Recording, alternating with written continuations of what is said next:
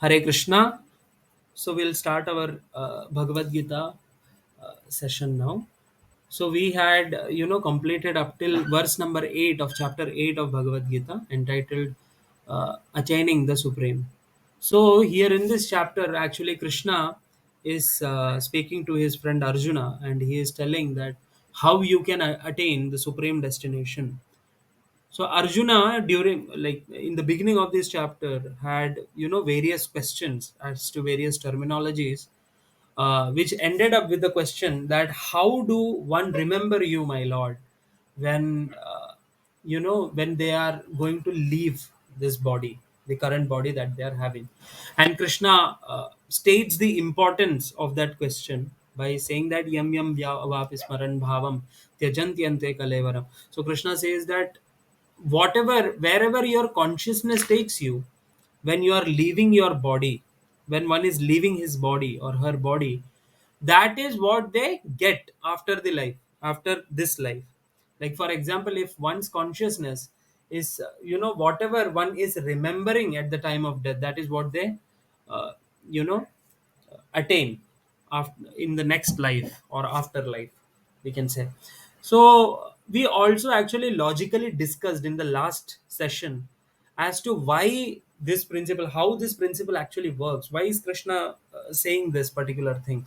And we saw how Maya Devi works, and how, the reincarnation happens, and how karma works, and all those things we had discussed in length, actually.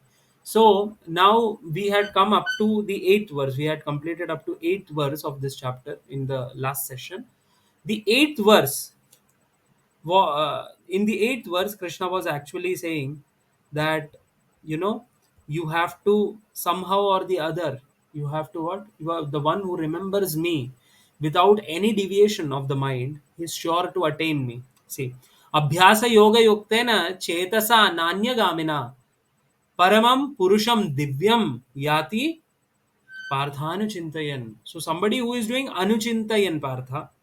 Anuchintayan means continuously, constantly one is thinking. What is he thinking actually? Paramam Purusham Divyam, that personality who is Paramam, who is the Purusha, who is the enjoyer, and he is the supreme Purusha, the supreme enjoyer, and he is Divya, he is transcendental.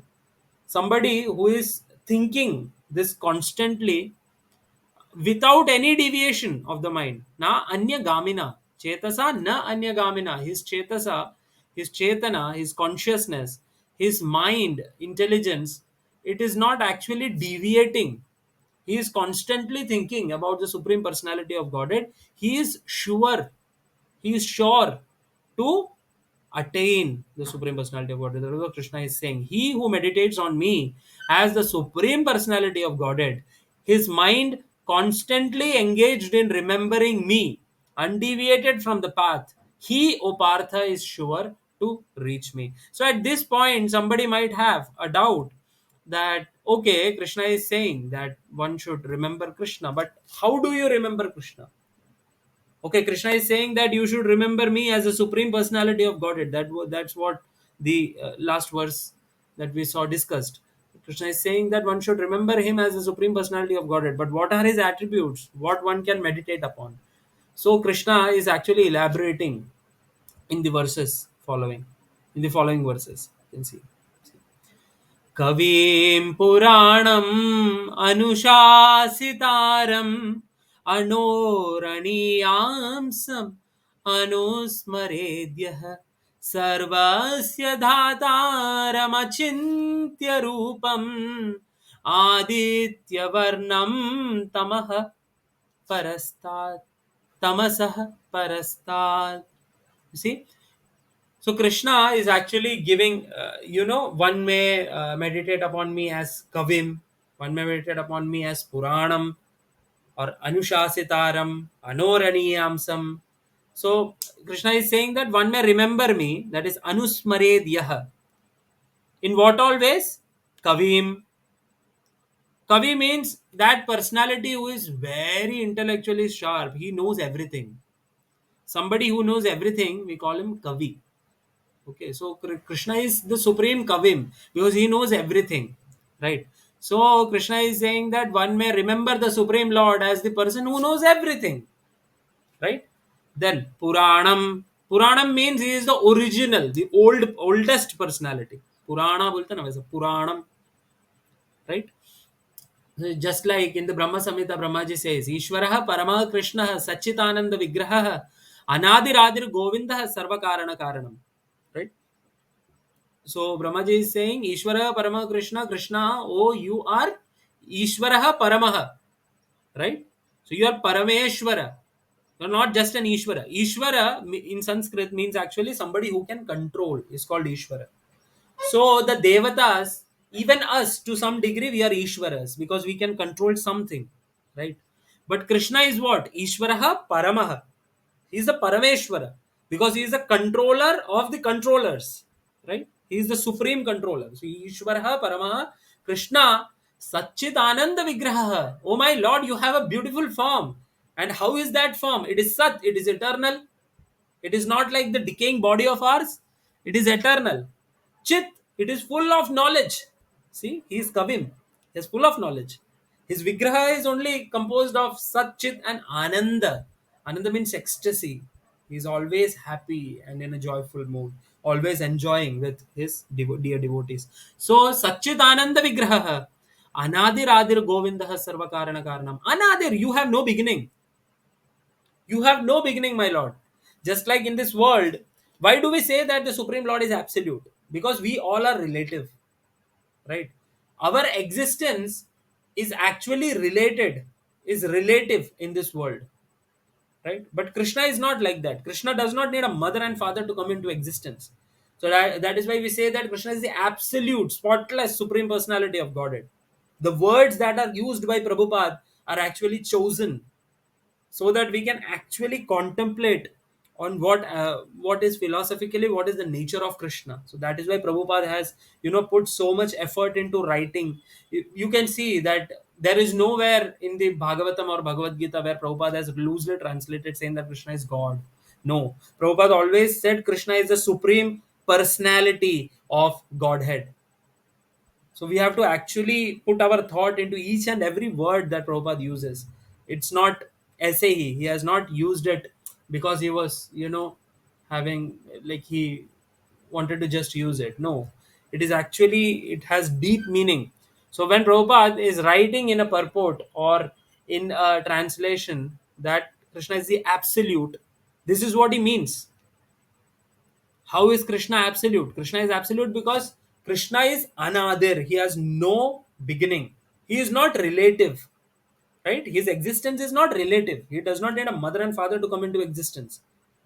And he has no end. He is always eternal. He is Sat, right? So that is why we say that Krishna is absolute. He is the absolute personality of God. So we see Anadir, Adir Govinda, but still you are the first personality, my Lord. You have no beginning, but you are the first Adir. So that is what here also Krishna himself is saying, Puranam. He is the first personality. He is the oldest personality. And even when you take Brahma Samhita, uh, again when you go forward, so Brahmaji also prays to Krishna that, my dear Lord, you are Purana Purusham, but yet Nava Yauvanam sir. You know, that you are the first personality, you are the oldest personality, but every time when I see you, you are Nava Yauvanam sir. Every day, it is so beautiful that if you see Krishna, every single day when you see Krishna, it is just as if he has turned to youth today only. He just became 16 years old. That is what the feeling that comes in our heart when we see Krishna. Oh, he just turned 16 today, like that. He's always like that. So his beauty is ever increasing. His you can see that he is always young, and every time you see, he is Nava Yauvanam cha. He's not just Yauvanam cha, that he is not always young, but he is Nava Yauvanam cha. He is newer and newer. He is younger and younger every day when you see him. And the beauty of Krishna increases. That's what. So he is Purana Purusham, but yet Nava Yauvanam cha. So similarly, Kavim, he is the most intellectual. Puranam, he is the first personality. Anushasitaram, he is the person who is doing Anushasan, controlling, right? He is the controller of this world, which means that we should understand that everything is under the supreme control of Krishna. Krishna is either directly controlling, like the lives of the devotees. Krishna is directly controlling. For people who are non-devotees or people who are neglectful of Krishna and trying to enjoy in this material world, he is actually controlling them also. Through whom he is controlling? He is controlling through his external energy, that is Maya Devi, right? Either he is directly controlling or he is indirectly controlling, right? He is directly participating in things or he is indirectly, but he is the ultimate controller. Whatever we see in this world, in the background there is Krishna, directly or indirectly. It's Anushasitaram. He is the person who is controlling. So a person may meditate upon Krishna as a personality who knows everything in this world. Kavim. Or Puranam, the first personality of Godhead. My Lord, you are the first. Anushasitaram, the person who is controlling everything. Like that. Anor aniyamsam anusmaredyah. Now, this is very beautiful. Anor aniyamsam. See, Krishna is the supreme personality of Godhead, but still, you see his greatness, that he can become smaller than even an atom. That is how he gets into each and every atom and each and every heart of the living entity as Paramatma. So, Anoraniyamsam, you are smaller, than the atom, and you can get into the atom. That's what Anoraniyamsam. Anusmaredyah. You remember like this. Anusmaredyah. Sarvasya dhataram achintya rupam. See? Sarvasya dhataram. So sarvasya means everything. Sarva means everything. So sarvasya means everything and everyone. Dhataram means the maintainer. See, he is the maintainer of everything. So he is the controller, Anushasitaram, and he is the maintainer. Right? Sarvasya dhataram. So he is the person who is controlling and maintaining everything in this world.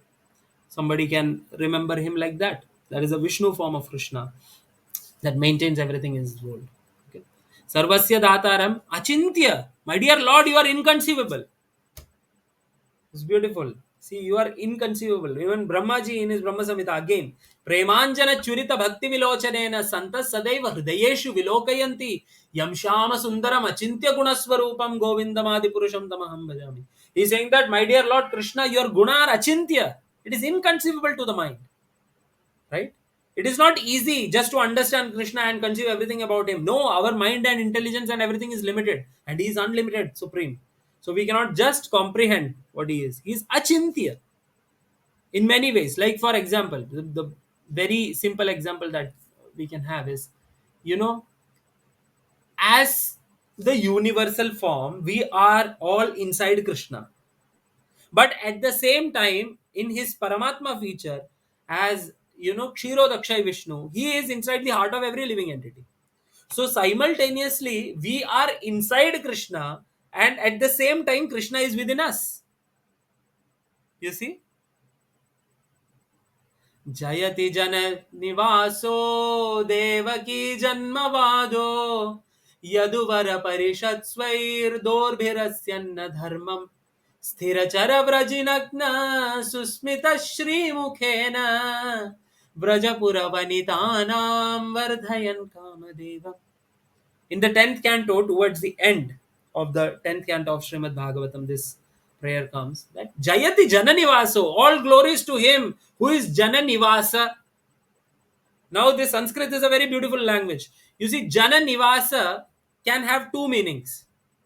One is the one who has took shelter in the Jana. Jana Nivasa. जन में जो निवास करते हैं, जनों में जो निवास करते हैं, वो एक अर्थ हो सकता है उसका. जन निवास का एक दूसरा अर्थ ये भी हो सकता है. The second meaning can be that one in whom all the jana are having nivas, in whom all the jana, all the creation has taken shelter. जिनमें हर एक जन निवास करते हैं, वो भी तो जन निवास हो सकते हैं. Right? So Jayati Jananivaso has both the meanings actually. Like Krishna is that personality in whom everybody, this entire creation is actually sustaining, is actually taking shelter in, is actually staying, you know. As Karanodakshai Vishnu, when the Karanodakshai Vishnu, he breathes in, all the entire cosmic manifestation is annihilated, and it is actually took into his body. This state of the living entity living inside the body of Mahavishnu, this is called Shushupti. you know it's a very blissful state. When the entire material creation is annihilated, we go inside the body of Mahavishnu, like this.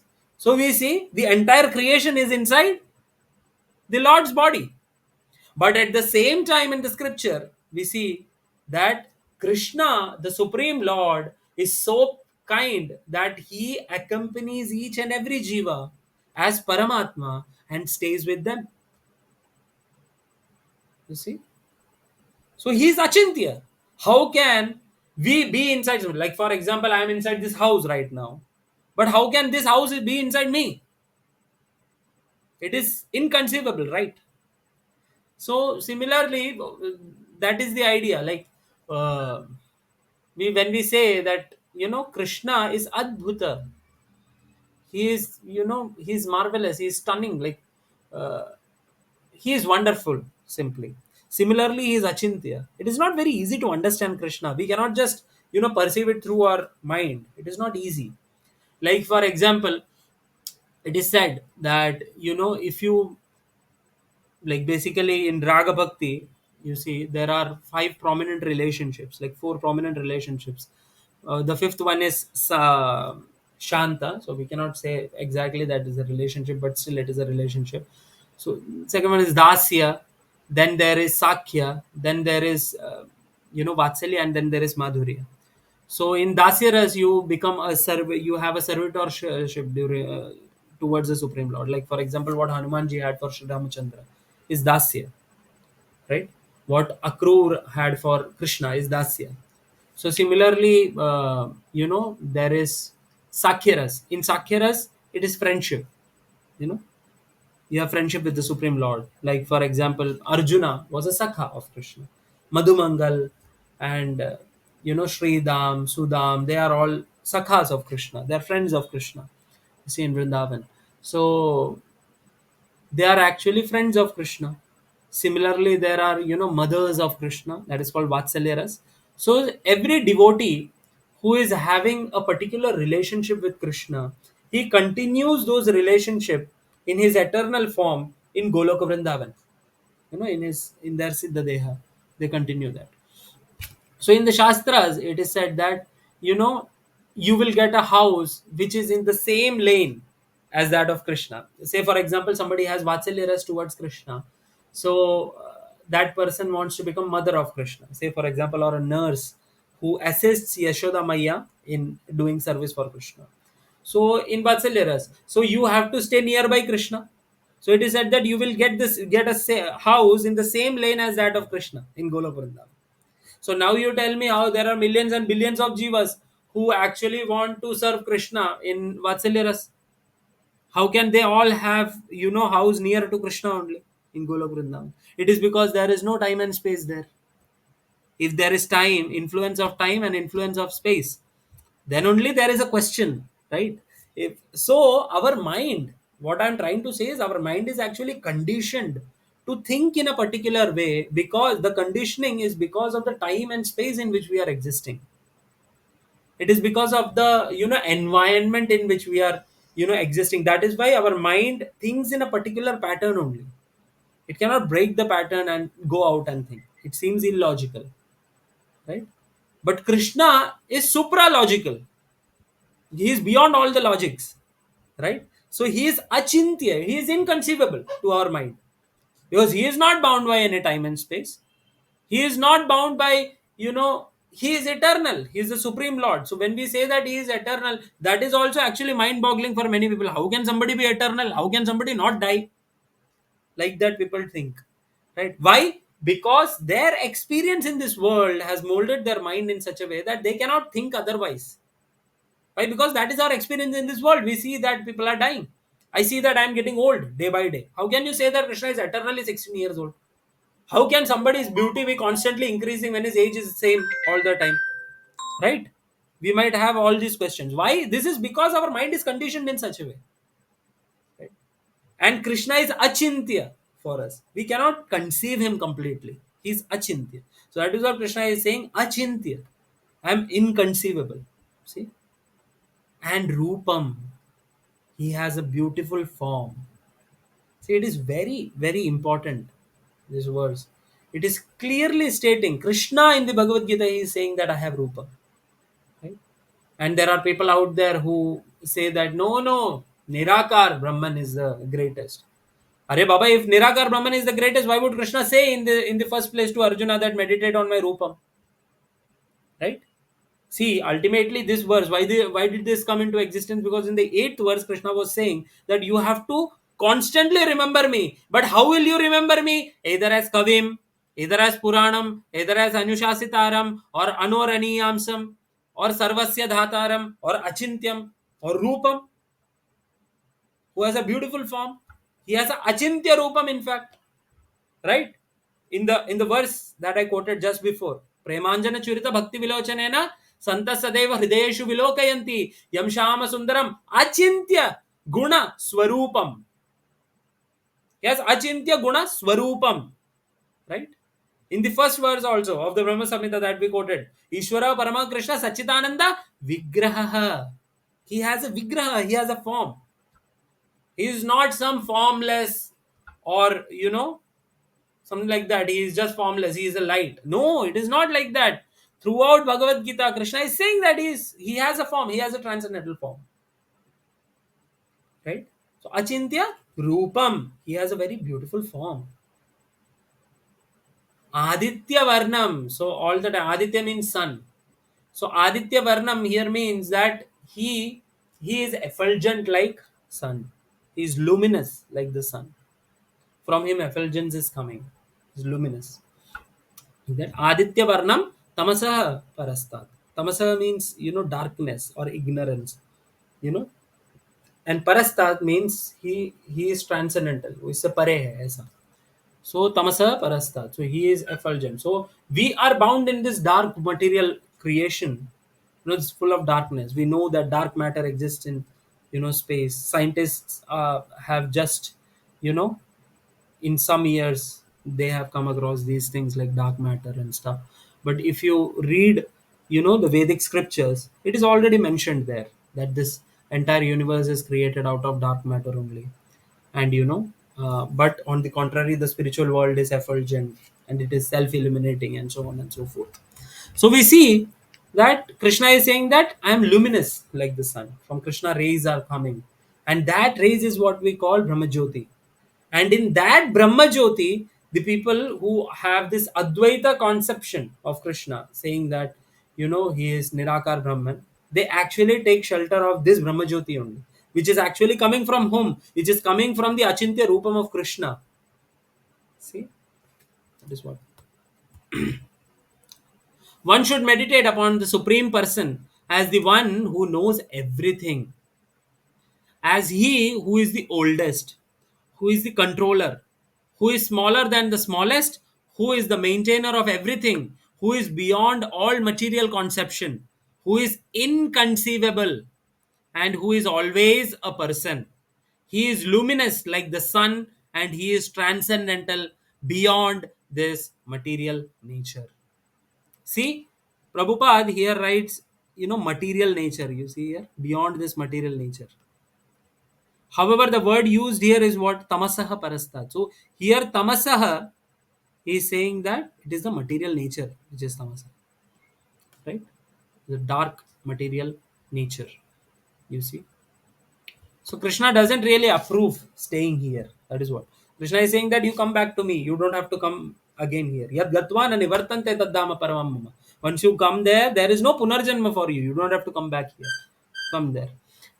Even if we worship great devatas and we go to swarga and enjoy, have a good life, good time there, then also you have to come back here. It's dark material existence. is always, all pervading, and it is actually, you know it will stop you from continuously enjoying. You just cannot enjoy because it's Krishna's property. So unless and until we give up this attitude of, you know just enjoying for myself, selfishly, when it is not my property, like a thief, that is when we can, unless and until we don't give up that attitude, we have to be bound here. That is one. So someone has to, if he wants to get out, like he wants to become liberated from this material creation, somebody who wants moksha or mukti, what he must do, he must constantly remember Krishna. And Krishna only says, see, there are many reasons to remember me. Like Kavim, you can remember Krishna as one who knows everything, right? In the first verse of Srimad Bhagavatam itself, the first canto, first chapter, first verse of Srimad Bhagavatam, it is said, Janmadyasya yathonvayaditaratascharteshvabhijnaswarat Tene Brahma Hridaya Adi Kavaye Muhyanti Yat Suraya Tejo Vari Mridangala Minimayo Yatra Trisargo Mrisha Dhamna Svena Sada Nirasta Kuhatam Satyam Param Dhimahi. It is actually a definition of, the Supreme Personality of God, because Vyasdev is actually paying respectful obeisances unto the Supreme Lord. Satyam Param Dhimahi, you are the supreme truth, my dear Lord. Dhimahi, I offer my respectful obeisances unto you. Namaha. Om Namo Bhagavate Vasudevaya. This is how it starts in the Srimad Bhagavatam. So in this particular verse, you can see Janmadyasya yathonvayaditaratas charteshva bhijnaswarat Tene Brahma Hridaya Adi Kavaye. See, who is the Adi Kavi? Adi Kavi is Brahma, right? Tene Brahma Hridaya Adi Kavaye. Hrida means heart. Of whom Adi Kavi? He placed what? Brahma. Brahma means, Shabda Brahman. Shabda Brahman is Vedas. So Krishna is that personality who actually had placed the knowledge of Vedas to the first created being, Brahmaji, in his heart. Like that, Vyasdev is praying to Krishna. You see how knowledgeable Krishna is. It is said that, through his flute playing only, every knowledge is actually emanating. He actually placed the knowledge of the all the Vedas in the heart of Brahmaji. Right? Tene Brahma Hridaya Adi Kavaye. Mukhyanti Yatsubhaya. See that he knows everything. And even throughout the Bhagavad Gita also, we have seen in the previous chapters, Krishna say that, you and me, it is not that we are coming here for the first time. We have came before also. It is just that you don't remember, I remember. And even in this chapter itself, we saw in the last session also that Krishna knows what all. He knows present, past, future, everything he knows. Right? It is nothing that, is which is not known to Krishna. Even because he is sitting as the Paramatma in the heart of every living entity, he even knows the slightest layer of desire that comes into your mind, which you are also not conscious about. There can be desires, the waves of desires are ever, roaring in our mind and heart.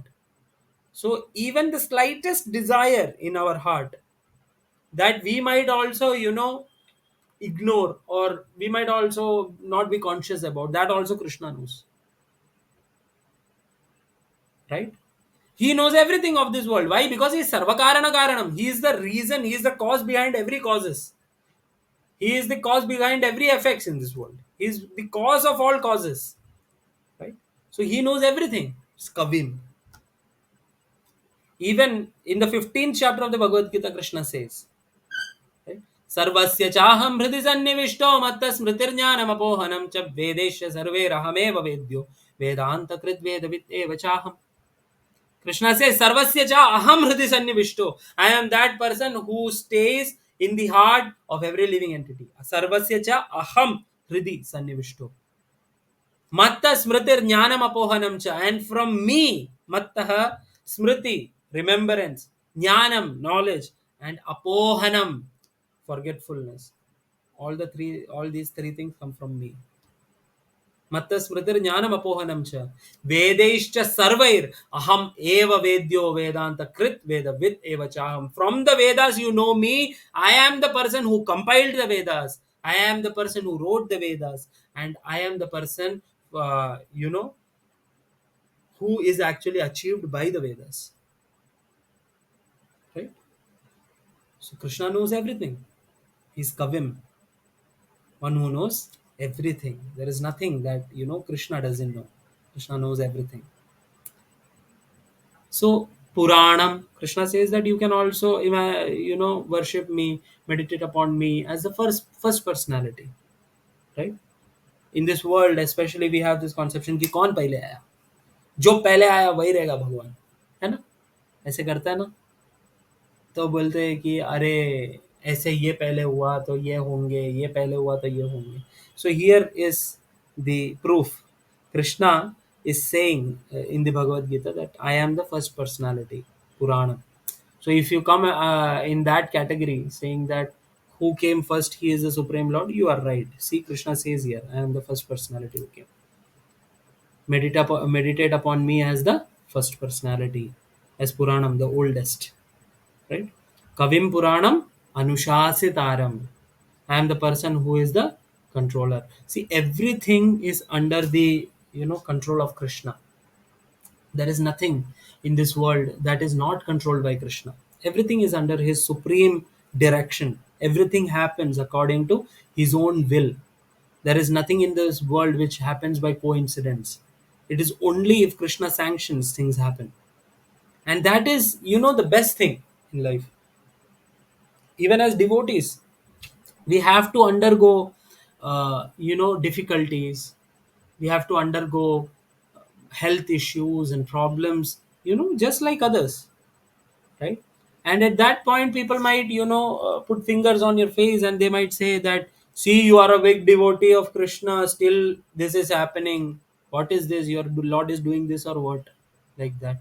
So at that point, we must understand that there is nothing in this world that is happening without the sanction of the Supreme Lord. If he is doing that, that is for some reason, right?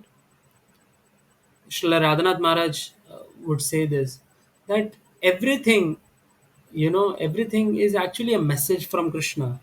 Everything that is happening. So we can just count blessings from that also.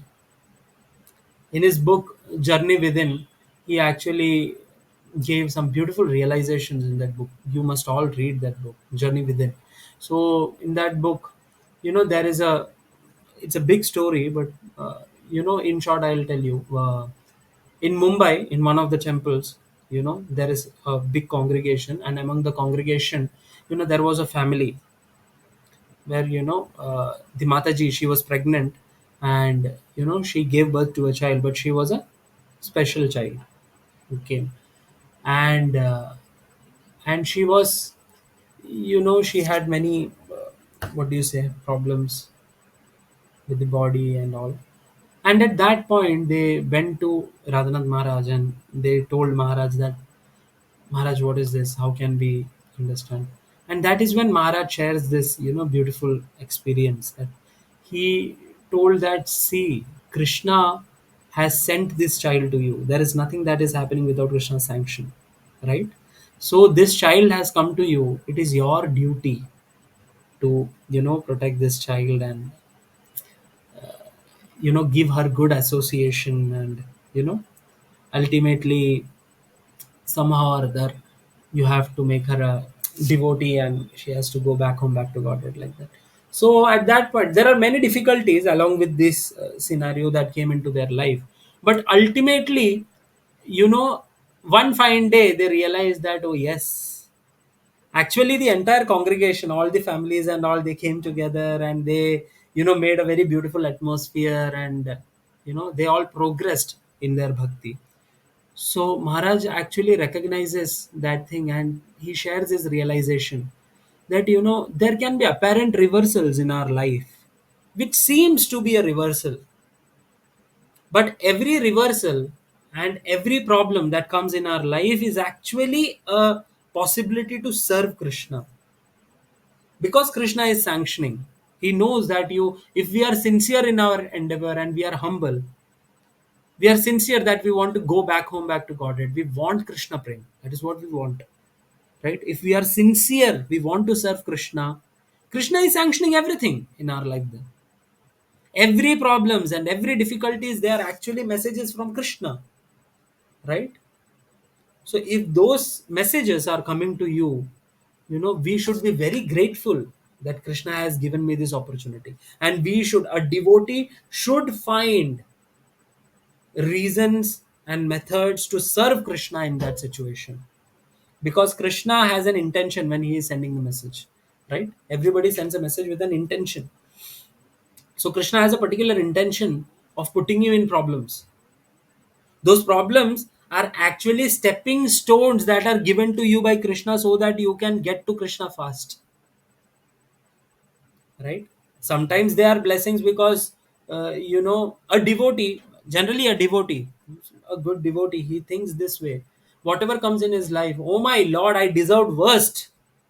You are so kind that you have shortened this package of suffering and given me like this, right? So devotee always thinks like that. He's always grateful to Krishna, always. So similarly, we have to understand that when problems strike in our life, we have to see Krishna's hand behind them. Why? Because Krishna says here, Anushasitaram, I am the controller of everyone and everything. Which means that whatever is happening in our life, it is actually sanctioned by Krishna. Which means that everything that is happening in our life has a a packaged possibility to serve Krishna, through which we can get closer to Krishna. And when you read Srimad Bhagavatam, this conviction gets stronger and stronger. How devotees' life, they had many difficulties in their lives, but they used each and every difficulties in a positive way, and they attained Krishna. Say, for example, the life of Narad Muni. Narad Muni, in the first canto of Srimad Bhagavatam itself, when he comes to instruct Srila Vyasadeva, to inspire him to write Srimad Bhagavatam, he narrates his own story, saying that in the previous millennium, I was a Dasi Putra. I was son of a servant of a Mataji who is a servant, who is of a servant class, you know.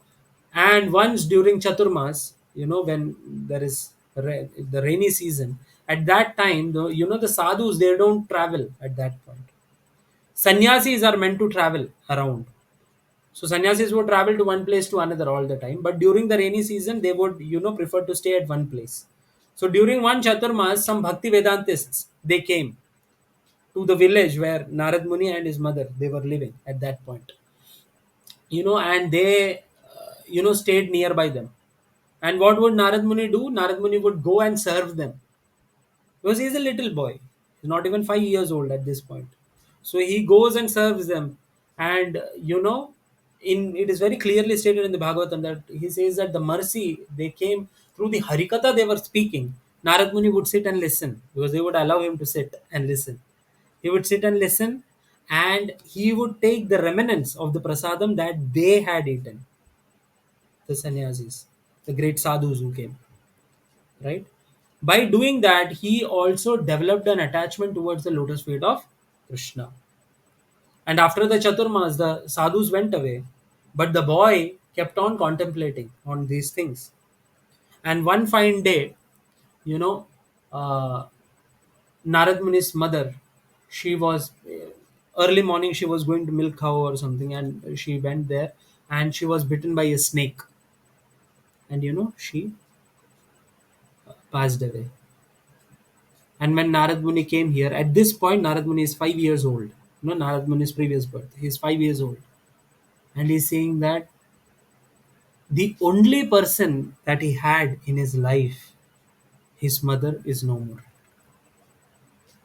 You see, you and me can practically not even think of something like this. Can you even imagine?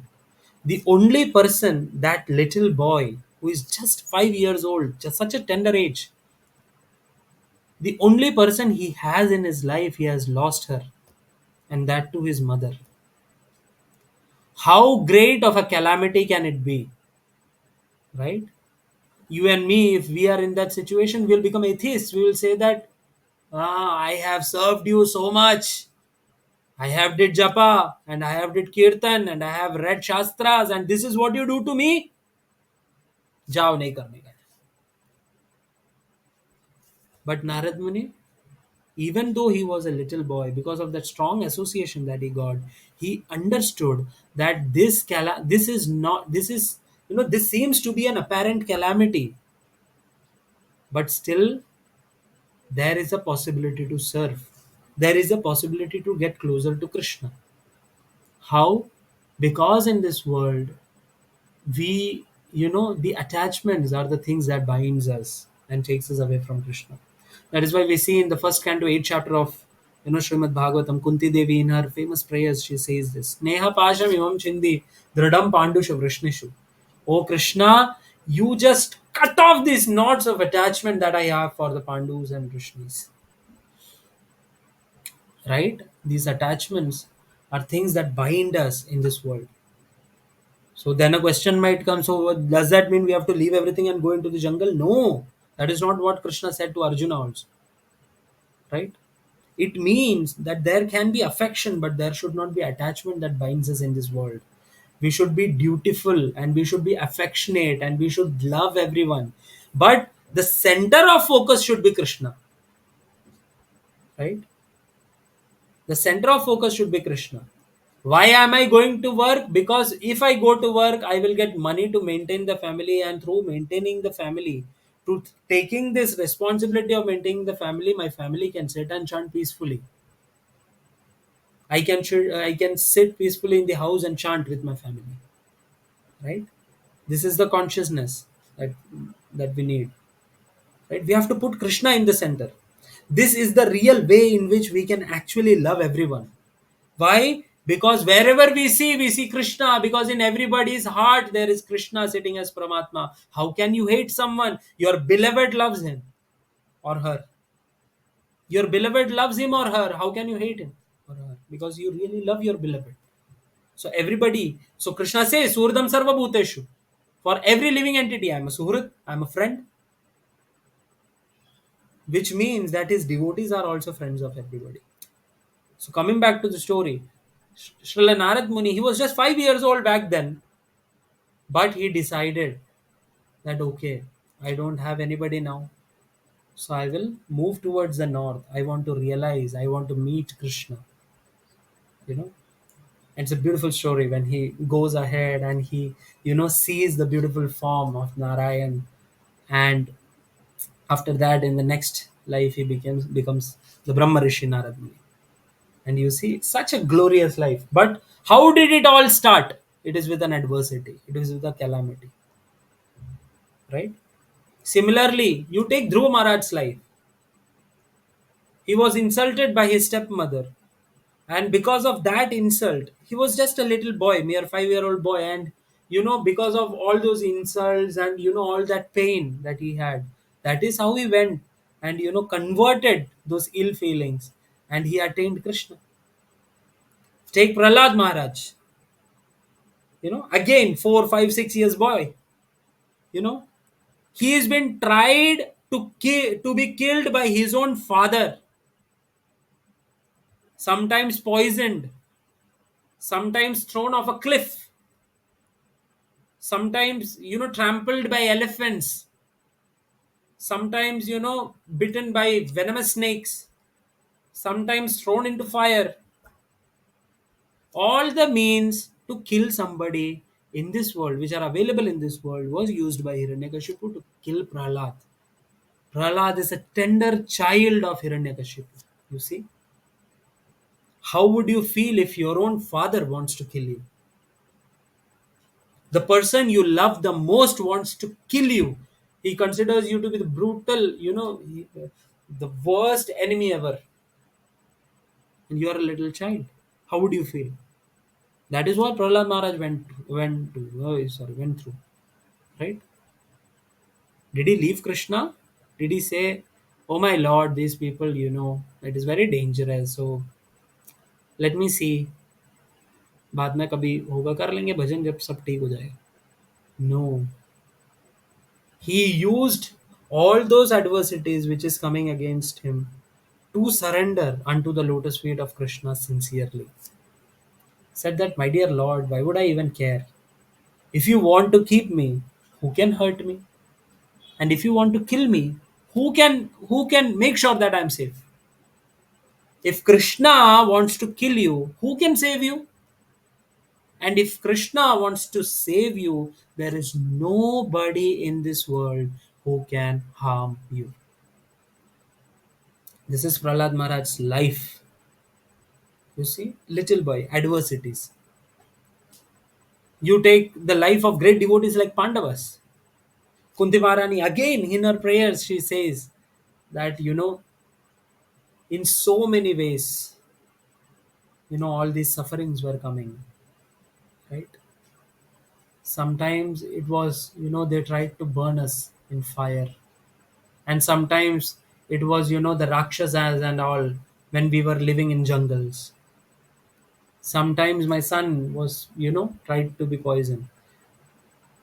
विशान् महाग्ने पुरुषाद दर्शनात् असत् सभाया वनवास कृच्छ्रित मृदे मृदेनेकमहारतास्त्रतो द्रोण्यस्त्रतश्चास्म हरेभिरक्षिताः विपदः सन्तुत शश्वत् तत्र तत्र जगद्गुरो भवतो दर्शनं यत्स्यात् अपुनर्भव दर्शनम्. Kunti Maharani, she is praying. This is such a wonderful prayer. These are prayers that only pure devotees can chant actually. You see? Vishan, when my, the little son, the second son, Bhimsen, he was poisoned. You were the person who saved us. Mahagne, when we were tried to be burned in the, house of lac, you were the person who saved us. Purushada Darshanat, when we would roam around, in the jungles, many great Rakshasas and they would come. Like Hidimba came and, there was Bakasur, right? So many great Rakshasas they came, but who saved us? It is you, Krishna, right? Vishan Mahagne Purushada Darshanat Asat Sabhaya, right? My, daughter-in-law, she was insulted in Asat Sabha. Brutally she was insulted. She was called a prostitute, and she was tried to be disrobed, and things like that happened. What happened? Keshavadhrita Vastra Sharira Jaya Jagadish Hare. Krishna came in the form of sari and protected her. You see, when she surrendered and called out to Krishna, he came immediately. Right? Vishan Mahagne Purushada Darshanad Asat Sabhaya Vanavasa Krichrita. When we were having Vanavas, who protected us? Who maintained us? Mride Mridene ka Maharathastrato. And after all of this, they demanded war. And when there was a war, who protected my sons from all the, Maharathis who were shooting astras? Mride Mridene ka Maharathastrato. Aneka Maharathastrato. It was not one, Aneka Maharathastrato. Draunyastratastas Mahare Virakshita. And now my son-in-law, that is Parikshit Maharaj, was in the womb of Uttara, and it was shot by Drauni, that is Drona's, you know, Dronacharya's putra, son. His name was Ashwadhama, Drauniastra, and he had shot, Brahmastra to the womb of Uttara to kill Maharaj Parikshit, and Krishna only went into the womb and protected him. So that is when, Kunti Maharani is offering these prayers. She is saying that Drauniastra Tashas Mahare Virakshita. You were the person who saved my grandson also. And then she makes this, beautiful prayer. See, Vipadaha santuta shashvat tatra tatra jagadguru bhavato darshanam yatsyada punar bhava darshanam. She says that all these vipattis that happened, Vipadaha santuta shashvat, all these, problems that we have faced, if these problems exist, that is the condition to see you, my Lord, then may these problems come again and again and again. Vipadahas santuta shashvat tatra tatra jagadguru bhavato darshanam yatsyad apunar bhava darshanam. Because by seeing you, my Lord, apunar bhava darshanam, I don't have to see this material world again. You see, this is the mood of a devotee. Is actually knowing that Krishna is under control of everything, and all these problems they use it as stepping stone to go towards Krishna. In a class I was hearing that this is actually the difference. You see, like Maya Devi, what she does is she gives you a gift which has a beautiful pack and there is poison inside. You see the covering and you go, wow, this is beautiful, I will have it. This is sense gratification. Initially it would feel as if it is very nice, but after that you will understand you have ate poison, giving you slow death. But at the same time, just opposite is Krishna. Sometimes there might be problems in life, but in the background Krishna is acting in such a way that it is giving you the highest nectar, even though the covering would be with a little bit of thorns and stuff like that. But still, when you open it, it is nectar, right? Like for example, getting up for Mangalarti is such a tedious thing, especially thandi hai. It's difficult to take bath in the morning and all. The package is having a bit thorns and things. The problems that we have in our life are like that. But what is lying beyond is actually Krishna's love for us. He is trying to reciprocate. Actually, these problems are the things that takes us closer to Krishna. So we were actually discussing on this point, Anushasitaram. We should understand that Krishna is the person who is doing Anushasan, who is under control of everything. We don't have to worry. Krishna will not do anything that will harm us. Whatever is coming our way, that is what Krishna has decided for us. That is what is taking us one step closer to Krishna. Krishna will not do anything that will take us closer away from Krishna. We have to have this strong faith. And how do we have this strong faith? Nityam Bhagavata Sevaya. Read Srimad Bhagavatam regularly, then we will understand. When we analyze the lives of devotees and how they converted all these so-called miseries to go back to Krishna, that is what. So Anushasitaram. One should meditate upon Krishna as he is the one who is controlling everything. Anoraniyamsam. He is in each and every atom he is present. Anusmaredyaha. One should remember. Sarvasya Dhataram. He is the maintainer of everything. Right? He is the maintainer of everything. Like we see, this world is maintained by whom? It is maintained by Vishnu. We call he is who? Who is he? He is Krishna only, right? Sarvasya Dhataram. He is the maintainer. The first shloka of Srimad Bhagavatam itself. Janmadhyasya yatonvayaditarataschartheshvabhidnasparat. You see, Janma Adi Yasya yatonvayad itaratash. Which means that, my dear Lord, Janma means, the creation. Adi. Here, Adi means etc. Right? So, Janma Adi means Janma, then, creation, then maintenance and destroying. All the three things are included in Janma Adi itself. So, Janmadhyasya yathonvayad itaratash. You are either directly or indirectly participating in creation, maintenance, and destruction. And this is one aspect, Sarvasya Dhatara. He is the one who is maintaining everybody. You see, one class, Amoglila Prabhu was saying this in one of the Prerna lectures. He was saying that in African jungles there are big elephants who are like big, huge, and they want like the food requirements that they have are also tremendous.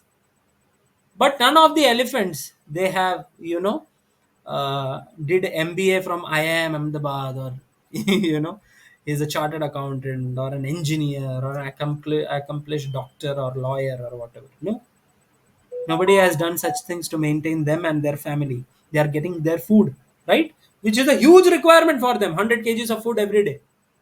How are they getting it? Because Krishna is maintaining them. Sarvasya Dhatara. Krishna is maintaining. From Brahma up till ants and small insects, Krishna is maintaining everybody. Everyone's needs are catered in this world.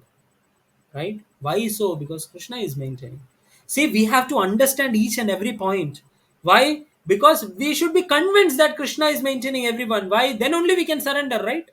Towards the end of Bhagavad Gita, what is the conclusion? Sarva dharman parityajam am ekam sharanam praja ham tuam sarva papebhyo moksheshami ma suchi. My dear Arjuna, leave everything. See, sarva dharman parityaja. Sarv dharm ko tyag do. Mam ekam sharanam raja. You take shelter unto me. I will maintain you. I will, relieve you from all the sinful reactions and everything. Krishna says in the Bhagavad Gita, he promises that if you are my devotee, yoga kshemam mahavahamyaham. I will protect what you have and provide what you don't have. Right? जो भी चीज में कमी पड़ रहा है भगवान वो पूरा करेंगे, और जो भी चीज तुम्हारे पास है भगवान उसे बचा कर रखेंगे. Yoga क्षेमम वहाम्यहम. I will carry them to you. That's what Krishna is saying. For a surrendered devotee, Krishna maintains him at any cost. If Krishna can maintain this entire cosmic manifestation, you imagine if tomorrow morning sun does not rise, what will happen? Right? What if tonight sun doesn't set? Right? A pandemic like COVID was enough to take so many lives. Right? But the medicine that we were using against COVID, or say for example the injections that we were taking, the vaccination that was that made out of thin air? Was that something that the scientists created themselves? No, it is all things that are available in this nature itself. And who is the person who is giving smriti inside? Matta smritir jnanam apohanam cha. The person who is giving the knowledge, who is giving the idea, who is giving the inspiration to all these things is Krishna. Right? Krishna is sarvasya dhataram. He is the person who is maintaining everything and everyone. We have to understand this. That is how full surrender is possible. Else our controlling mentality will be there. We have to be convinced that Krishna is Anushasitaram. He is the ultimate controller, and Krishna is Sarvasya Dhataram. He is the ultimate protector. He is the ultimate maintainer. You have to understand. And if I am surrendered to Krishna, I am 100% sure that Krishna will maintain me. Just like Krishna protected Prahlad Maharaj from all the adversities and everything that happened to him. Just like Krishna protected the Pandavas. These are all examples for us. These great souls, they come to this world to teach us how to be surrendered to Krishna, how to go back to Godhead. This is what they are trying to teach us, right? So we have to be convinced that Krishna is Sarvasya Dhataram. He is the person who is maintaining everyone. Achintya Rupam. Krishna has a very beautiful, wonderful form. So that is how you get, attracted to Krishna. On Achintya, we had already spoken. So on Rupam, I am specifying. You can, when we were, studying the sixth chapter, Dhyana Yoga, we also went, parallelly, we read a chapter from, some part of the chapter from, the second canto, second chapter, The Lord in the Heart of Srimad Bhagavatam, where we saw that how one can meditate upon Paramatma and how does he look and his features and all we saw. Similarly, the Supreme Personality of Godhead, Krishna, how does he look? Venum kvanantamaravinda dalayataaksham barhavatam samasitambuda sundarangam kandarpakoti kamaniya vishesha shobham govindamadi purusham tamaham bhajami. आलोलचन्द्रकलसद्वनमाल्यवंशिरत्नाङ्गदं प्रणयकेलिकलाविलासं श्यामं त्रिभङ्गललितं नियतप्रकाशं गोविन्दमादिपुरुषं तमहं भजामि. वेणुं क्वनन्तमरविन्ददलायताक्षं. So he is playing a flute and he has a Aravinda he has a lotus eyes, broad. Barhavatamsam, he has a peacock feather. Asita Ambuda Sundarangam, and he has, a complexion, his Divya Shariram, it has a complexion of, uh, you know, like a fresh, rain filled cloud. Sundarangam is very Sundar. And Kandarpa Koti Kamaniya Visheshasho. Kandarpa means a cupid, Kamadev. So the Kamadev, his business is to attract everyone. But the same Kamadev, when he goes to Vraja, he sees Krishna and he faints. Because Krishna is Madan Mohan. His beauty can even attract Kamdev, attract Kandarpa. And not even one Kandarpa for that matter. It is millions and billions of Kandarpa. Kandarpa Koti Kamaniya Vishesha Shobham. Govindam Adi Purusham Tamaham Bhajami. Halol चंद्रक लसद वनमाल्य वंशी रत्नांगदम प्रणय केले कला विलासम श्यामम त्रिभंग ललितम नियत प्रकाशम गोविंदमादि पुरुषम तमाम भजामि. So Krishna is that personality who is having a Vaijayanti mala, and he is having nice kundal, and he has, curly shining hair, and he is always playing with his intimate associates. you know Loving pastimes is happening, and he is Shamam Tribanga Lalitam. He is always having that threefold bending beautiful form. That is Krishna.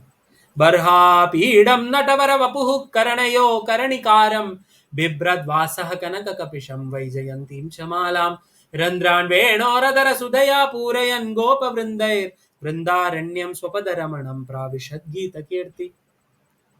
So it is said that Barhapidam, again he has a peacock feather crown. Natavara vapuhu, he is always dressed as if he is the best among the dancers and performers. Karaneyo Karanikaram. On his ears, he has, a Karanikara flower. Bhibrad Vasaha Kanaka Kapisham. So his Vasaha, his clothes are what? Kanaka Kapisham is golden yellow. Vaijayantim Chamalam. He has a very beautiful Vaijayanti mala, you know, which hangs up till his legs. Those mala, it is made out of, 5 forest flowers of Vrindavan. Vaijayantim Chamala. Randran Veno Radhara Sudhaya Purayan Gopa Vrinde. And his Venu, it is having holes, and those holes are actually filled by the nectar that is coming from his lips. Randran Veno Adhara Sudhaya Purayan Gopa Vrinde. Vrindaranyam Swapadaramanam Pravishad Gita Girti. And he is walking on his foot into the forest of Vrindavan. He is entering, and all the Gopas are actually cheering and singing his glories. See the beauty of Krishna, how beautiful he is. Right? He has a Rupam, Achintya Rupam. We should never think that Krishna is impersonal. No, he is personal, and he has a personal relationship with you. He reciprocates with you. It is said that when, the cowherd boys, they would go into the forest of Braj, and they would be having, lunch prasad together. So they would sit in big, big circles. He has millions and billions of cowherd friends, right, in Vrindavan, because I told you there is no time and space. But Krishna would sit in the center, and everybody would be sitting like bowl of lotuses around him. But each and every cowherd boy would feel that Krishna is personally looking at him, smiling at his jokes, and speaking to him and reciprocating with him. That is Krishna. Krishna has a personal relationship with us. So how can there be personal relationship with us when he is impersonal? It is not possible. He has Rupam, Achintya Rupam. A beautiful, inconceivable form Krishna has. Aditya Varnam Tamasal Parastat. Right? In all these ways we can remember the Supreme Lord. Right? Yeah. And we must also understand this. See, uh, surrendering unto Krishna is the greatest thing. Right? Even in the Srimad Bhagavatam, it is said that the highly intellectual people are the only people who surrender unto Krishna. And Shukadev Goswami is only praying to Krishna like this. Vichakshanaya charanopasadanat sangam yudasyo bhayatontaraatmanah vidanti brahmagatim gataklamas tasmai subhadra shravase namo namah. Is saying that you are that personality, my dear Lord. Vichakshana yat charana upasadanat. You are that personality whose lotus feet, charana, upasadanat, are worshipped by whom? Vichakshana, the people who are highly intellectual. And what happens by doing that? Sangam vyudasya sorry. Sangam vyudasyo bhayato antaratmana. Sangam vyudasya ubhayata antaratmana. It means that sangam, that is attachment, vyudasya, is gone. Because of worshipping your lotus feet, the attachment is finished. Yudasya. To what? Ubhayato. To both present and future. Both the attachments are forgone. The present attachment that we are having and any future attachment that was going to happen, that is also gone. Antaratmanaha vidantihi brahma gatim gataklamas. and that person attains brahmagatim, that is spiritual platform he gets. He comes to you, my lord, brahmagatim gataklamas, without any problems he comes, without any obstacles on the path he comes there. Gataklamas tasmai, unto you, my lord, subhadra, the most auspicious, the all auspicious, shravase, one who is called, right? Namo namaha, namaha, namaha. Again and again I offer my respectful obeisances. So one must always understand this. The most intellectual decision that you take in your life is to surrender your life unto the lotus feet of Krishna. That is praman. The Shastras give praman. The ultimate, the Shastrik, the king of the Shastras, Srimad Bhagavatam, is giving you the praman. Srimad Bhagavatam is considered to be Krishna himself. When Krishna comes as a book, it is Srimad Bhagavatam. You see that Srimad Bhagavatam is telling. The person who is speaking the Srimad Bhagavatam, the qualified Shukadev Goswami, the son of Ved Vyas, who is, a direct disciple of Srila Narad Muni, which means Shukadev Goswami is the grand disciple of Narad Muni. You can understand that, the greatness of surrendering unto the lotus feet of Krishna. So when you, surrender your life unto the lotus feet of Krishna, you must understand you have to surrender because he is a person who is having personal relationship with you. Yeah. प्रयाणकाले मनसाचलेन भक्त्या युक्तो योगबलेन चैव भ्रुवोर्मध्ये प्राणमावेश्य सम्यक् सतं परं पुरुषम् उपैति दिव्यम्. So now, in this shloka, actually Krishna is speaking about Shat Chakra Yoga. In yoga, in the yoga system, there is one thing which is called Shat Chakra Yoga. The six chakras and how do you, align your prana and all those things. So, through yoga system, one can, attain the Supreme Lord. Right? So, Krishna is saying that how do you attain me through the yoga system? That is what yoga mishra bhakti, when you do, then how can you attain me? That is what Krishna is saying. So Krishna is saying that prayana kale manasa achalena. So prayana kale, at the time of death, manasa achalena, which means that with a mind which is undeviated, right? Bhaktya yukto yoga balena chaiva. You have to be situated in bhakti. Bhaktya yukto. See, it is very important. Krishna is saying bhaktya yukto.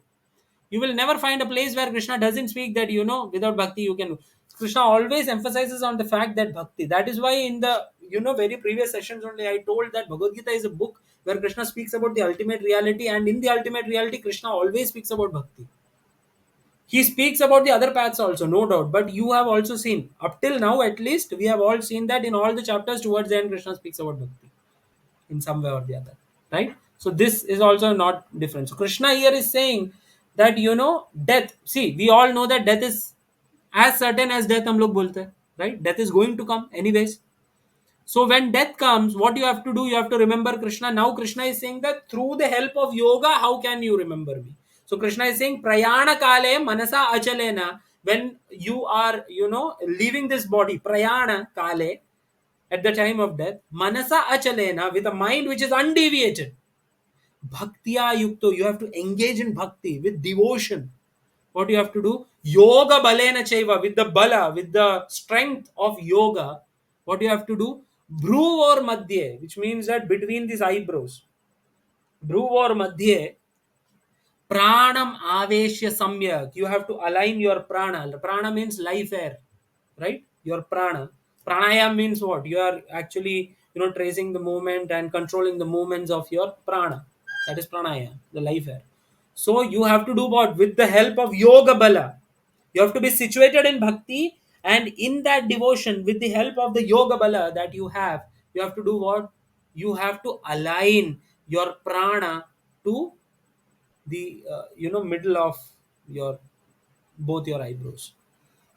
Pranamavesha samyak satam param purusham apaiti divyam, and upaiti divyam. And if you meditate on the Supreme Lord like this, and, with that prana being, you know when you leave the body from here, situated in bhakti and thinking about the param purusha, with the help of the yoga bala that you have acquired, then you can go back to Godhead. That was Krishna is saying here. See, one who at the time of death fixes his life air between the eyebrows and by the strength of yoga with an undeviated mind engages himself in remembering the Supreme Lord in full devotion will certainly attain to the Supreme Personality of Godhead. You see, that is what this verse says. So this verse is actually for the people who are practicing yoga with bhakti, right? Yoga Mishra Bhakti. You're doing yoga throughout, but you have devotion also. See, without devotion, it is impossible. You have only yoga bala, so it is not possible. Because Krishna says that if you want to go back, there was first thing is manasa achalena. Your mind should not be deviated. Not deviated from where? From the Supreme Personality of Godhead, Satam Param Purusham Upaiti Divyam. Right? On Param Purusha, your mind must be fixed. Your mind must be fixed. How? Bhaktya Yukto. By engaging in devotion. In full devotion, Prabhupada writes in the translation. With full devotion, you have to think of the Supreme Lord without your mind being deviated. And with the help of the yoga bala, the strength of the yoga that you have, the practices you have done, you have to do what? You have to take the prana, like fix the prana, align the prana, between your two eyebrows. Bhru or madhye pranam aveshya samyak. And then you have to leave the body. Then you will attain Krishna like that. See, it is very difficult. It is, it is not necessarily, see, when Krishna speaks in the Bhagavad Gita, it is for all the ages to come. It is not specifically for, fallen conditioned souls of this Kali Yuga alone. So this doesn't really mean that we don't have to be demotivated because see we don't know Shat Chakra Yoga or how can we control. अरे एकदम normally बैठ के भी सुबह उठ के एकदम tension free होके करके भी ये सब नहीं करने को होता है ना. तो मानसा आचलेना में ही हम लोग हार चुके हैं क्योंकि आचलन तो होता नहीं है. मन इधर उधर तो भटकता ही है. दूसरा चीज ये कि प्राण को यहाँ पे बीच में लाके रखो. ये सब कब सीखेंगे भाई. Death can come at any moment, right? So Krishna, don't worry, in future verses Krishna will cater to these doubts, right?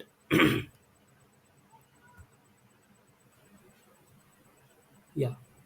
Yadaksharam veda vido vadanti vishanti yadyatavo vitaragaha yad icchanto brahmacharyam charanti tatte padam sangrahena pravakshye. It is actually in this verse, actually he is elaborating further. For doing that, what all things you have to do, and if you do all these things, what you will get.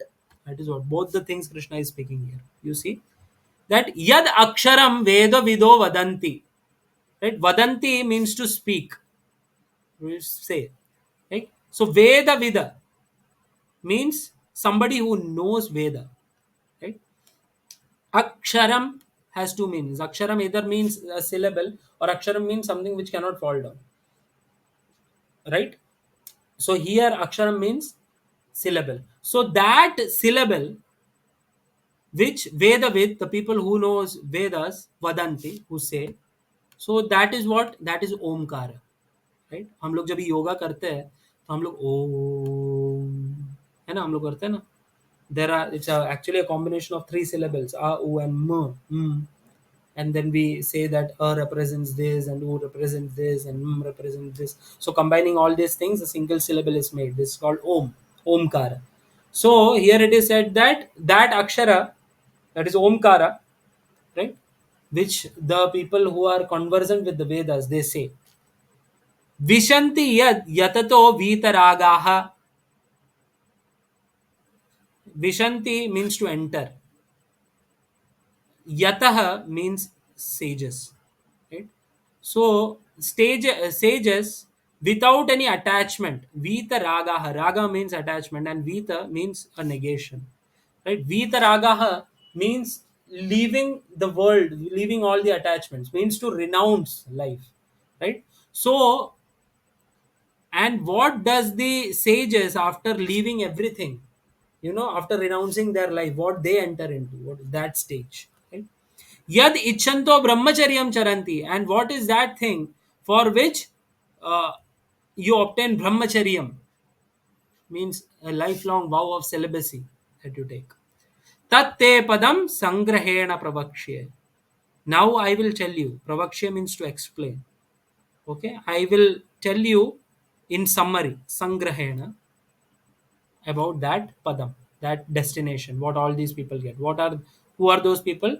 People who are chanting Om, and those people, who have renounced everything, and what they get, and for what destination you go through brahmacharya, all these things those people do, what do they get? That I will explain in summary, that Krishna is saying.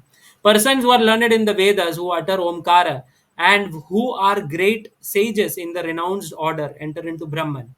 Desiring such perfection, one practices celibacy.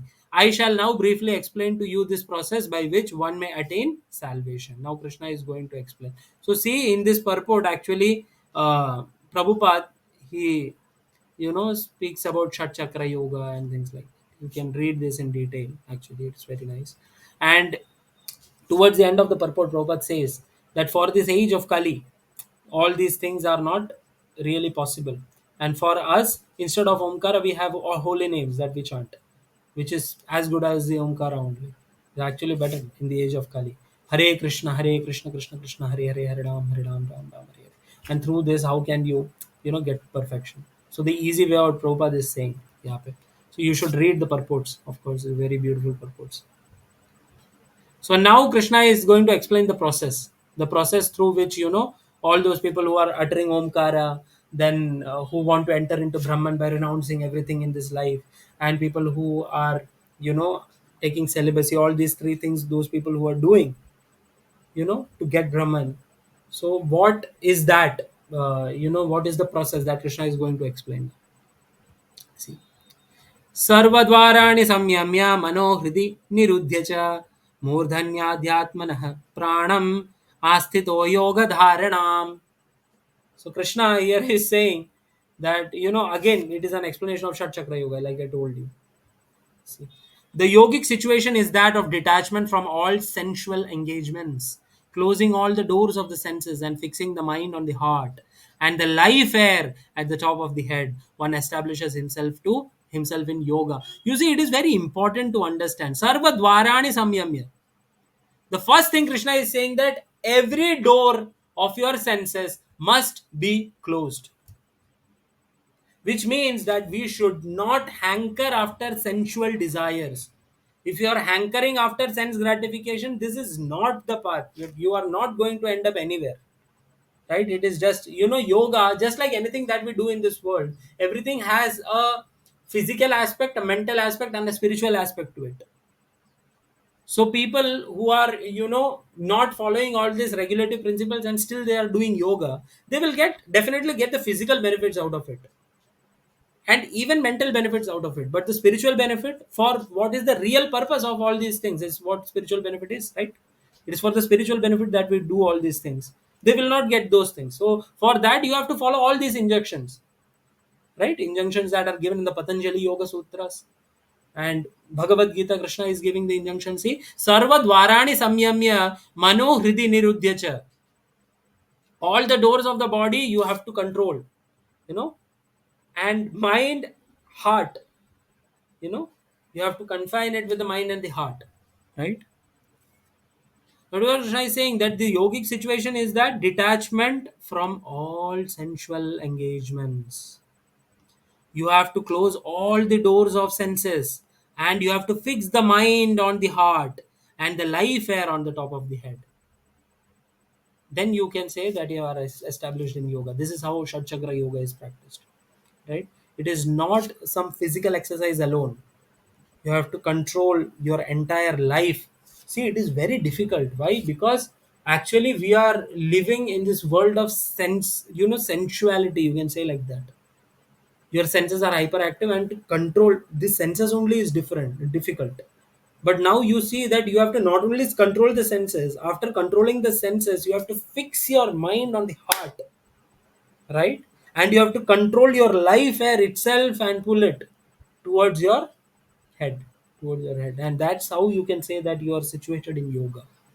Unless and until somebody is like this, you can not really say that, you are situated in yoga. This is how you go up till Samadhi. So in the previous verse, if you see closely, now you will understand one thing. See, when you say that Sarva Dvarani Samyamya Mano Hride Nirudhyacha, it is actually, Pratyahara. You see, what is this actually? To not give into the senses and establish yourself, keeping away all the sensual objects and detaching yourself and keeping, aloof from it. What is it? It is Pratyahara, right? Then comes Samadhi. And in the second line, Krishna is actually mentioning Samadhi here. That you have to fix your prana, and that's how Samadhi happens, that dharana, right? You see, here it is said the practice yoga as suggested here, one first has to close the doors of all sense enjoyment. This practice is called pratyahara, see, or withdrawing the senses from the sense objects. You might all be, conversant with all these terms. I think so. You must be, because you all are well versed in yoga. That's why, I'm saying, right? And it is very easy for him to remain undisturbed in samadhi. That is what transcendental trance. ओम इति एकाक्षरं ब्रह्म व्याहरन् मामनुस्मरन् यः प्रयाति त्यजन् देहं स याति परमां गतिम्. So this is the final verse. He is saying that how do you attain the supreme position? By doing Shat Chakra Yoga. This is what Krishna says. Om iti eka aksharam brahman. Right? Om, the Omkara. Eka aksharam, the one syllable, is Brahma, that is the absolute, right? The absolute syllable. Vyaharan, mam anusmaran, right? You have to vyaharan, you have to, vibrate Om, mam anusmaran. See, mam anusmaran is very important here. You have to remember Krishna and do anusmaran.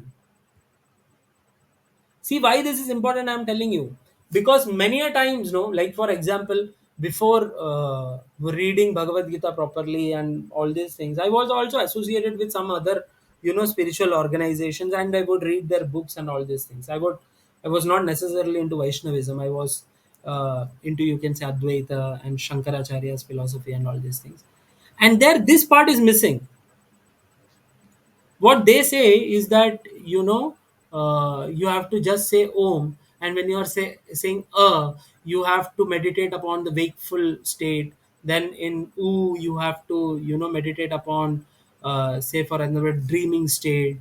And in you have to meditate on the deep sleep and all these things, they say like that. But that is not going to take you to perfection. Why? Because Krishna is saying here, no, Om iti eka aksharam brahma Vyaharan, idhar tak understood, because you are chanting Om, Krishna is recommending that. But what about the second part? Mam Anusmaran. Krishna is saying that you have to think of me. Thinking of me means what? You have to think of Krishna. Krishna is saying Mam Anusmaran. Krishna is not saying that you have to think of some, wakeful and, sleeping and all those things. No, Krishna is saying Mam Anusmaran. That is how you will get Krishna. Krishna is very clear here, see. Vyaharan mamanusmaran. Yaha prayati tyajan deham. And somebody who is doing such, like anyone who leaves the body, you know, like this, deham. Sa yati paramam gatim. So that person achieves. Yati means achieve. So यह जो ऐसे, मतलब जो about mentioned है, ये सारी चीजें कर कर त्यजन देहम, त्याग करता है अपने देह का, स वो व्यक्ति याति परमाम गतिम, he attains what? He achieves paramam gatim, the supreme destination. See here, after being situated in this yoga practice and vibrating the sacred syllable Om, the supreme combination of letters, if one thinks of the supreme personality of Godhead and quits his body, he will certainly reach the spiritual planets. See, supreme things of supreme personality of Godhead. See, it's very important. It's simple Sanskrit. See, Mam Anusmaran. You have to think of Krishna. Anusmaran karo. Kiska? Mam, mera. Krishna is saying. Just by chanting the syllable, will it work? You have to actually just not chant. You will be like a puppet. Or, sorry, a parrot. A parrot also can speak like a human being sometimes. Does that mean he has the, thinking, feeling and willing to be like a human being because he is speaking like that? No. So if you want to get the supreme destination, your consciousness must be there, and if for your consciousness to be there, your mind, heart, and your life air must be aligned with the supreme. So that's how you go there, right? Ma manusmaran, you have to think of Krishna while doing all these things. It is very important. People just skip this part, right? You see in the previous verses also, Krishna says bhaktiya yukto. You have to be engaged in devotion, devotional service. Then only all these things will be possible. Exclusively Krishna is speaking. See? अनन्यचेताः सततं यो मां स्मरति नित्यशः तस्याहं सुलभः पार्थ नित्ययुक्तस्य योगिनः. So we might have this doubt, my dear Lord, where are you? Why are you not answering my prayers? Why can't I get you? So Krishna is giving you the formula. You see, here Krishna is saying, Ananya Chetaha Satatam. Satatam means always. Ananya Chetaha, without deviation. Again, you see throughout this chapter, wherever Krishna is speaking about the mind, Krishna is always making sure that he says that Ananya Chetaha, right? Without deviation. Without deviation. You should be one pointed. It needs a tremendous amount of practice. You see, Ananya Chetaha Satatam, always. Yomam Smarati Nityashaha. Again, Krishna is saying Nitya. Always. Right? Yo Mam, that person who thinks about me, Smarati, thinks about me or remembers me. Nityashaha, always, all the time. Tasya, for that person, Aham, me, Sulabha Partha. I am always available, Partha. I am very easily available for them. Right? Nitya Yuktasya Yoginaha. For that person who is eternally, who is always engaged in yoga. That yogi, for him. What yoga is this? This is Bhakti Yoga. One who thinks about Krishna always. And how do you think Krishna always in this age of Kali? All these things are not practical for us. Do you know, keep the prana in between? It's not easy for everyone, right? So that is why Krishna himself comes as Sri Chaitanya Mahaprabhu in the age of Kali. 500 years ago, he came and he showed us the path of perfection for us in this age of Kali by initiating his Sankirtan movement. And we all are part of this movement. You know, ISKCON is a part of this movement, fulfilling the wish of, Sri Chaitanya Mahaprabhu. Even the prayers that we offer. Sri Chaitanya Manobhishtam Sthapitam Yena Bhutale Swayam Rupah Kadamagyam Dadati Sutnati. You see? So, how do we remember Krishna always? Three things. If we follow these three things, you can always remember Krishna through chanting the holy names. Right? What are the three things? Sri Chaitanya Mahaprabhu says, Trinadapi Sunichena, Taror Eva Sahishnuna, Amanina Manadena Kirtaniya Sadahari. So, what is the eligibility to call out to Krishna, to chant the holy names, to chant the Shuddha Naam of Krishna, which is not different from Krishna? Because Kali Kale, there is no difference between the holy name of Krishna and Krishna himself, because Krishna is absolute, his holy name is absolute. In Kali Yuga, all the potencies of Krishna himself is actually placed in the holy name. Right? So if you want to sincerely call out to the holy name, wholeheartedly, and remember Krishna always, what we have to do? Trinadapi Sunishana, we have to be humble like a blade of grass. Taror eva sahishnuna, and we should be tolerant like a tree. Amanina manadena, and we have to respect everyone, give our respect to everyone, and does not expect respect in return. For such a person to remember the Supreme Lord all the time is very easy. Kirtaniya Sadahari. Always chant the holy names of Krishna. Hare Krishna, Krishna Krishna, Hare Hare, Hare Rama, Rama Rama, Hare Hare. Krishnadas Kaviraj Goswami in his Chaitanya Charitamrita, he says that one has to wear these holy names, Hare Krishna Mahamantra, as a garland on his neck, on his throat. And in that garland of the holy names, what is the string? That string is this third verse of the Shikshashtakam. Trinadapi Sunichena Taroriva Sahishnuna Amani Namanadena Kirtaniya Sadahari. You should be humble like a blade of grass, tolerant like a tree, and giving respect to everyone and not expecting respect in return. When you do all these things, you can kirtaniya sadahari, always chant the holy names of Krishna, and Krishna is available for such a person always. Again, Brahmaji, in his Brahma Samhita, he prays to the Supreme Lord. He says that, you know, Vedeshu durlabham adurlabham atmabhakto govindamadipurusham tamam bhajami. He says that, my dear Lord, Vedeshu durlabham, by reading all the Vedas and accumulating all the knowledge in this world, you are durlabham. It is not easy to get you. But adurlabham atmabhakto, but you are very easily available for whom? Atmabhakto, for your devotees. So becoming a jnani will not get you close to Krishna. Becoming a pandit is not a necessity to get close to Krishna. In fact, they can be hindrances in your devotional service sometimes. Because Kunti Maharani, again in her prayers, she says that Janma Ishwarya Shruta Shribir Edamanam Madapuman Naivarhatya Bidatum Ve Twama Kinchana Gocharam.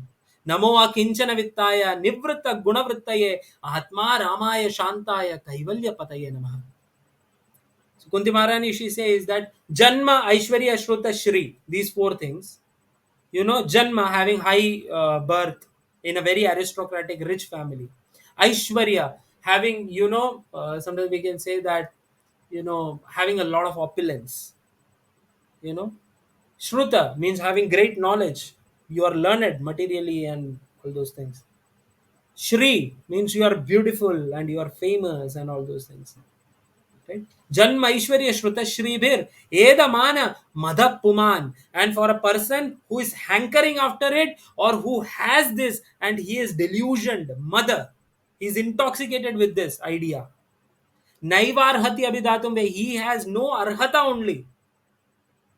Naivarhati Abhidatum, to call you out feelingly, my lord. He is not eligible only to do that. Tvam akinchana gocharam. Why? Because you are akinchana gochara. You are the property of those people who have nothing in this world, my dear Lord.